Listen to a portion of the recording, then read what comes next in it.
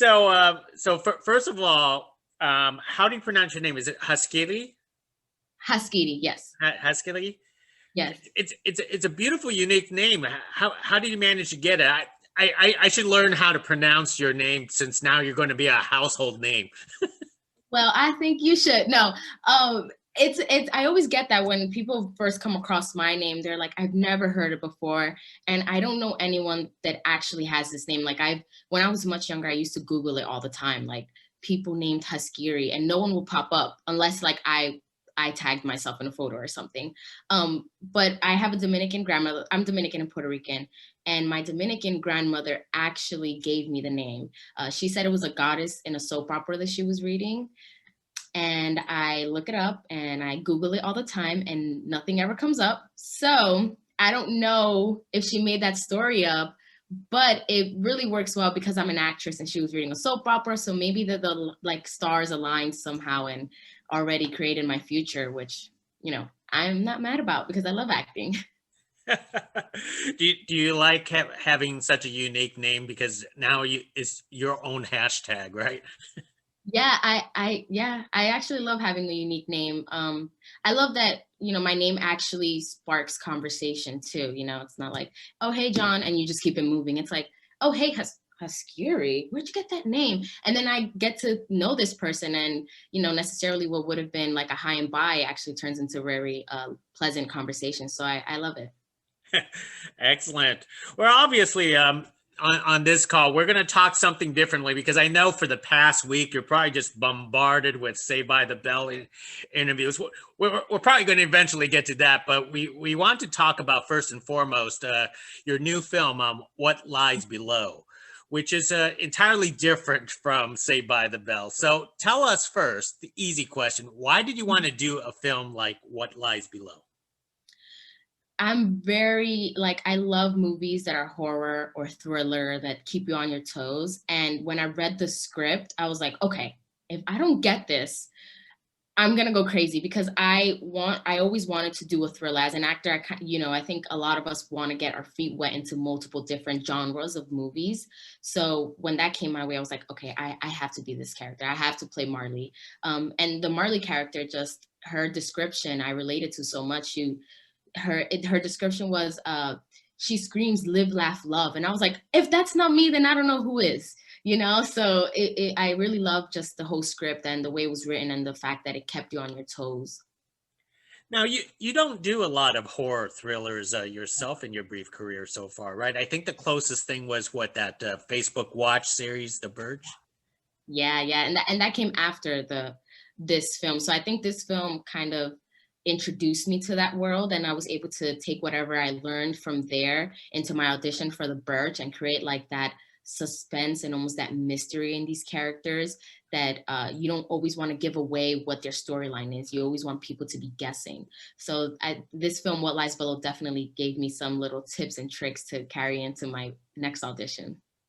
So how did you want to approach Marley, especially the fact that she's a supporting character. She makes a very brief but very strong impact in the film.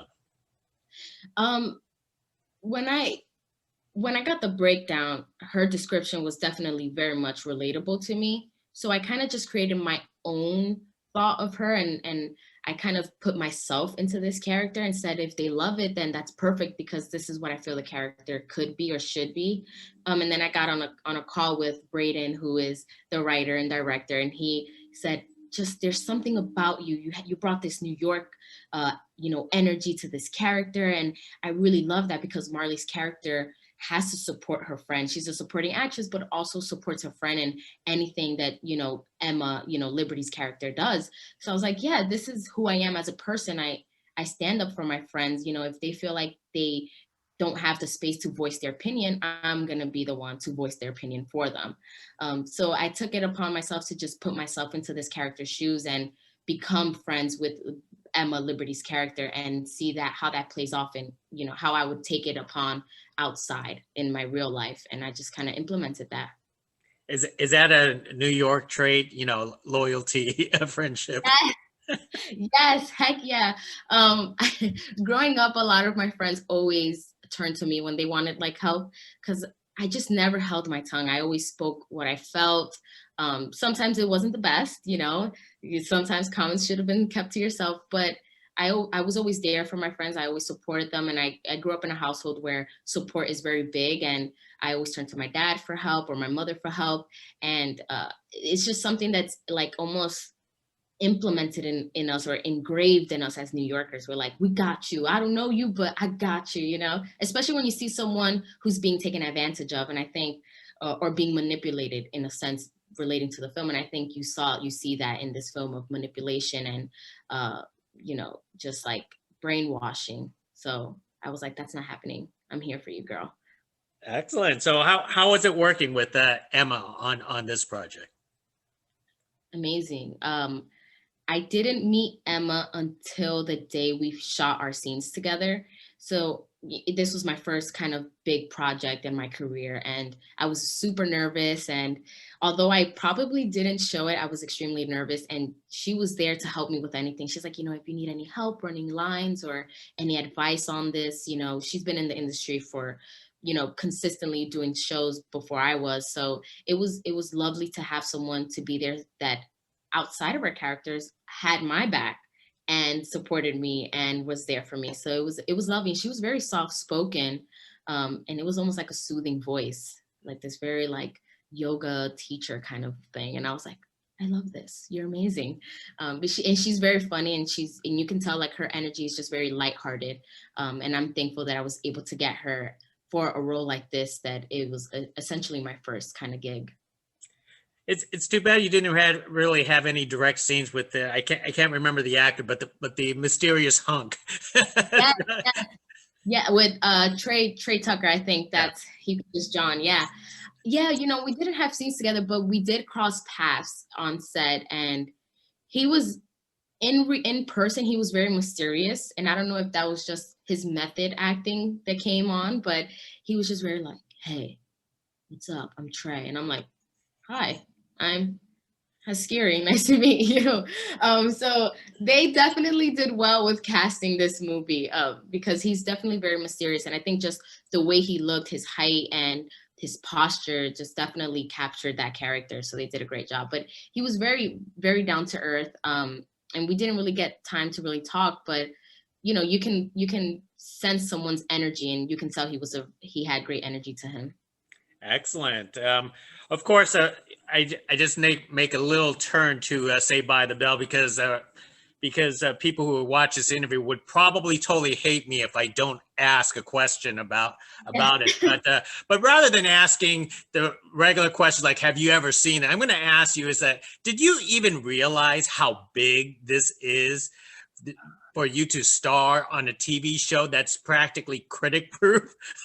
I know. I think I always had an idea of what I thought how big it was. But it wasn't until I started seeing the articles and the blogs being written that I was like, someone like take the wheel, put a seatbelt on me because it's gonna be a ride. Um, but it's amazing how big it's becoming or has been already, because Saved by the Bell was a classic. Everyone loves it. It has such a great fan base. It's has so much nostalgia. So there was a part of me that kind of knew it was going to be like that, but maybe not this quick. But I'm very thankful that I have the amazing cast, you know, the OG cast, as I like to call them, and my new castmates to help navigate this and help, you know, each other whenever we feel like maybe it might be a little too much, or, you know, you may get nervous in certain things. And they're always there to help and always there for advice to be given. And I really appreciate that. How does it feel to play the character Daisy, who seems to be the most realistic character, not the most absurd character is what I'm trying to go for. Yeah. It's an honor. I think, you know, being able to get the powers from Zach Morris, but also having that Jesse Spano mentality of like becoming a straight A student and, you know, wanting to achieve bigger things for her career. It means a lot. And also being a Latina. I mean, you see a Latina running the show, leading the show in a sense. And I think there's not many shows like that out there. And I hope that this show can create more shows like that and can open up many doors for us Latinas and not just be seen in a cop drama. as the Bronx girl who's like, her boyfriend went to jail. Now she's like the suspect of some sort, or the mistress, or, the maid. Because we're not only that, we're a lot more. And it's an honor, and I'm blessed to play Daisy. And I hope to get a season 2, because I know that this character has so much more to say and so much to voice her opinion more on things. And I'm really, really excited and just super thankful.